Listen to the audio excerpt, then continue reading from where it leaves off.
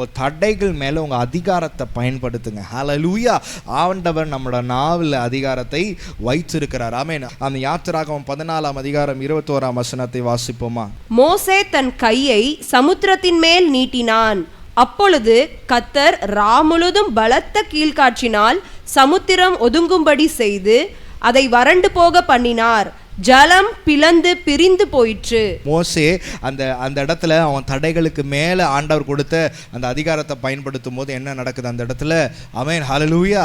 ஆமென். அந்த செங்கடல் புரிகிறது என்று சொல்லி பார்க்கிறோம். அதே போல தான் நம்ம வாழ்க்கையில் காணப்படுகிற ஒவ்வொரு தடைகளுக்கும், வாழ்க்கையில் காணப்படுகிற ஒவ்வொரு கஷ்டங்கள் மேலாக ஆண்டவர் நமக்கு கொடுத்த அந்த அதிகாரத்தை பயன்படுத்தி அந்த தடைகளை தாண்டி செல்கிறோமா என்று சொல்லி நாம் சிந்தித்து பார்க்க வேண்டும் என்று சொல்லி பார்க்கிறோம். சங்கீதம் 144 ஒன்றை நாம் வாசிப்போமா? என் கைகளை போருக்கும் என் விரல்களை யுத்தத்திற்கும் படிப்பிக்கிற என் கண்மலையாகிய கர்த்தருக்கு ஸ்தோத்திரம். ஆண்டவர் நம்மளை எப்படி ஹல்லேலூயா ட்ரெயின் பண்ணுகிறார்னா, கைகளை போருக்கும் விரல்களை யுத்தத்திற்கும், அப்படிப்பட்ட ஒரு ட்ரைனிங் ஆண்டவர் நமக்கு கொடுக்கும் போது நம்ம என்ன பண்ண வேண்டும்? ஹல்லேலூயா, மதில்களை தாண்ட வேண்டும். ஆமென். அந்த வசனத்தை வாசிப்போம். சங்கீதம் 18:29 வாசிப்போமா? நமக்கு மேலே இருக்கிற அந்த தடைகளை நாம் தாண்டுவோம். ஹல்லேலூயா. இந்த கால வேளையில் தேவன் அதுதான் நமக்கு கொடுக்கிற வாக்கு. ஹல்லேலூயா.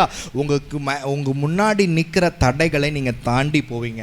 உங்களை ஆமென் தடை பண்ணுகிற எந்த காரியமாக இருந்தாலும் அதை தாண்டி நீங்கள் செல்வீங்க. அதற்கு நாம் செய்ய வேண்டிய ஒரே காரியம் என்னென்றால் ஆண்டவர் கொடுத்த அதிகாரத்தை பயன்படுத்துவது. ஹல்லேலூயா. எலியா ஆண்டவர் கொடுத்த அந்த அதிகாரத்தை பயன்படுத்தும் போது தான் அந்த இடத்துல யோர்தான் பிரிந்தது. ஹல்லேலூயா.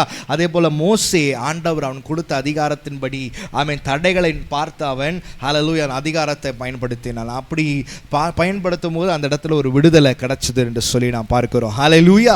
அதே போல தான் எந்த ஒரு சிச்சுவேஷனாக இருந்தாலும் ஆமென், நம்ம வாழ்க்கையில் காணப்படுகிற எல்லா காரியங்கள் இருந்தும் ஆண்டவர் நம்மளை விடுவிக்க வல்லவராக இருக்கிறார். ஆமென்.